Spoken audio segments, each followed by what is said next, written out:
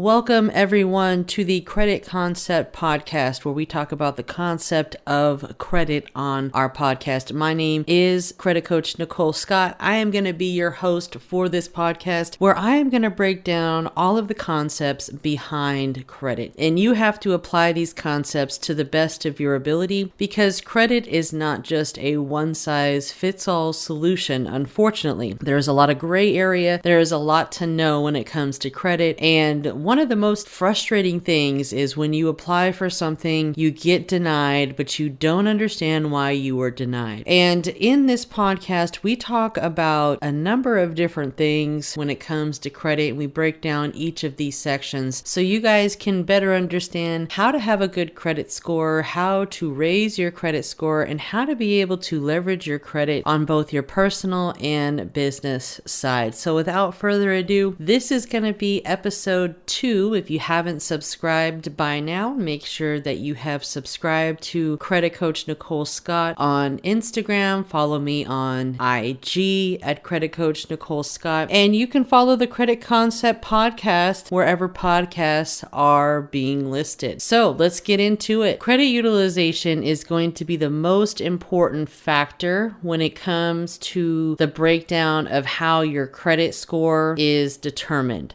And let me just make this clear. When you look at what are the factors that make up our credit score, payment history is determined to be around 35% based on what credit scoring model you're using. There's different credit scoring models out there, but typically your payment history is going to make up about 35% of what your credit score is. And that's why it's so important for you to have a good credit payment history. This shows creditors your ability to repay back debt as agreed. And that is the most important thing when it comes to approvals, is lenders want to look at your payment history and say, okay, they can pay their bills on time. You might not have the greatest utilization, which is another big factor, and we'll get into that on another show, but credit payment history is going to be so important, and a lot of people fall short. And what we have to understand is the concept behind credit is paying your bills on time. That's the number one thing that you can do. Nobody else has control over that but you. So what I recommend you do is a few things. You need to put your credit cards and your credit obligations on some sort of automatic payment for the minimum amount due. Now, the minimum amount due for your credit cards is probably going to be a very affordable amount, okay? So make sure you have your auto pay set up for just the minimum amount due, and you can always make additional payments as permitted throughout the month. And if you want to control what the credit bureaus are responding, you want to pay your bill prior to the statement date. But when it comes to payment history, lenders want to see, okay, this person can pay their bill on time. Any sort of late payment is going to really affect you, especially if it has been in the last 24 months. Okay, you really want to show, hey, I went through a rough time. Maybe I went through COVID or something of that nature, but now I'm back on track and I can pay my bills on time. If you do have late payments of some sort with any creditors, what you would want to do is you want to reach out to the creditor and you want to ask them for what is called a goodwill adjustment to the credit reporting. And it's not always going to work. It's usually about a 50-50 chance, but in some cases, if they have found that you went through a severe hardship, whether that was due to COVID, a new baby, some sort of life event, or if it was simply an error, then they would be willing in some cases to provide what's called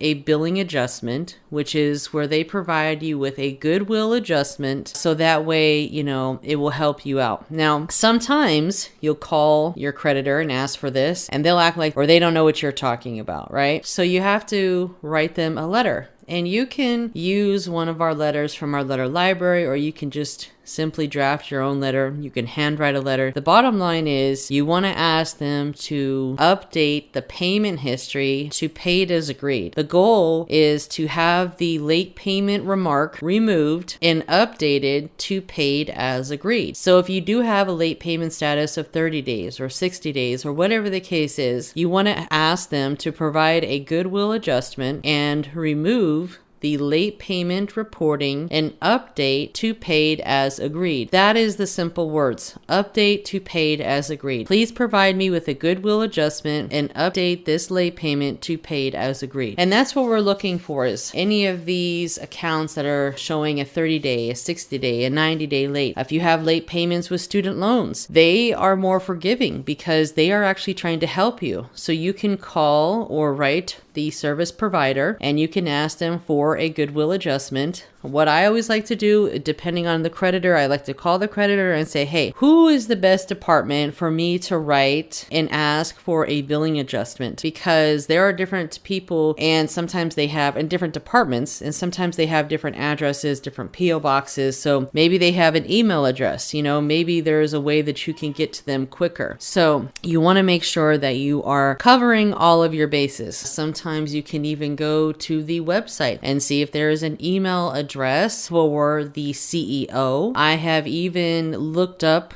email addresses online. There are different websites that you can find CEO email addresses or mailing addresses at these creditor companies or banks. And you can email them and ask them for forgiveness, because that's what a goodwill adjustment letter is. It's asking for forgiveness. Because when it comes to making a late payment, there's only a few things that can happen, right? And late payments are the hardest thing to get removed. They are literally the hardest item to get corrected or removed from your credit report, because you have a couple options. Either the creditor can provide you with a goodwill adjustment. Okay, that's the best scenario, right? Or we're going to need to try to remove the entire account from your credit profile. And sometimes that doesn't always work because it's a valid account. They're able to verify it. It belongs to you. This is the true and accurate history, and there's not much that we can do about it. You're kind of stuck with it. So you would need to add more positive trade lines to your credit profile to show that this was just one sort of off event, okay? And then make sure to pay your bills on time. So as you can see, our options, as some would say, are very limited. That's why it's so important for you guys to avoid getting late payments in the first place, because they are the hardest thing to get removed. But I have got late payments removed, and I have gotten a student loan late payments removed for clients, but it does take some due diligence on your part. You're going to need to follow up. If they say no the first time, ask them, who's your boss? Who can I talk to that can help me, because this is an error, or I have proof that I should have been paid on time versus paid late. A lot of times you can also dispute late payments with the credit bureau, and you can supply them with proof. If you're disputing late payments with the credit bureau, they are going to want to see some sort of proof or supporting documentation as to what supports your claim. Why were you late? What's the situation? Is this truly an error? If you have a letter from the creditor saying that it was an error, or saying that it was not in fact a late payment, or saying that they are willing to forgive you, send that into the credit bureau, because the credit bureau is just going to reach out to the creditor. And sometimes if the creditor does not respond, then they will take it off. So sometimes that happens with really old stuff. But if it's still an active account, chances are they're probably going to respond, and they're going to verify that the information was in fact accurate. So it's really important for you to just understand that, hey, we have to make sure that we pay our bills on time, that we are avoiding late payments at all costs, even if it just means paying the minimum amount due. There's also other things that you can do. So say, for example, you have an auto loan and you're having a hard time making the payment this month. You can call the loan provider, which is the bank, and I'll just give you an example. I had a client and they had to do this with GM Financial. They called GM Financial and they said, hey, I'm going through a financial hardship. Would you be willing to basically defer some of my payments, one or two of my payments, to the end of my auto loan? So that what happens is basically they put the payment that's due this month and next month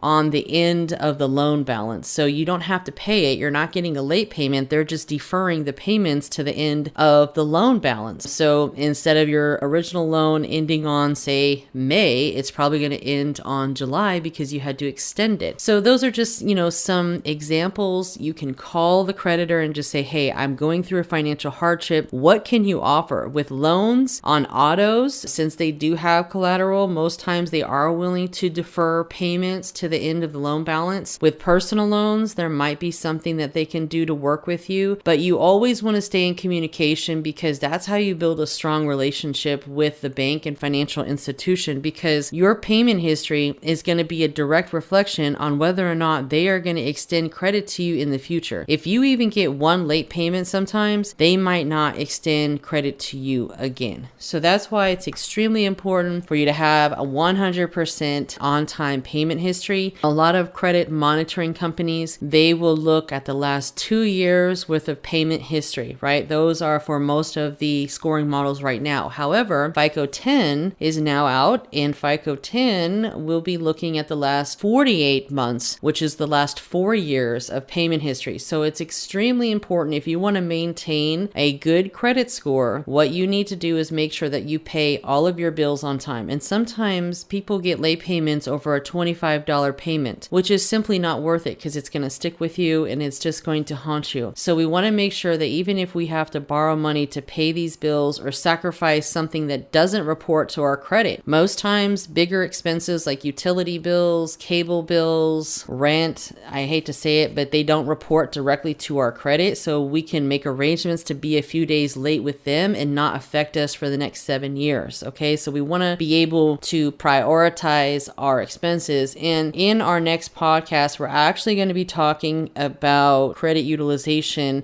creating a budget, spending, and some things that are really going to help you understand and how to put the concept of credit into play, right? Because the concept of credit, you have to apply it to the best of how your life is set up, but understanding the basic concept. Concept 1 is payment history, making sure that all your bills are paid on time, making sure that we have set ourselves up for a successful credit journey, because it all starts with the foundation, understanding what you have to do. We can always pay down our credit card balances and get our utilization under control. And in our next podcast, we're going to be talking about credit utilization and how it affects you and how important it is and the concept behind it. So again, guys, I appreciate you guys sticking around for this entire podcast. Make sure that you have followed me on the social media platforms on Instagram and YouTube at Credit Coach Nicole Scott. This is a new podcast, The Credit Concept. So make sure that you tell a friend, you subscribe, and provide us with any feedback. If you have a certain topic that you would like for us to discuss, or if you're interested in being a guest on our show, feel free to reach out to support@creditcoachpros.com. Until next time, my name is Credit Coach Nicole Scott. I am the host of the Credit Concept Podcast. Take care.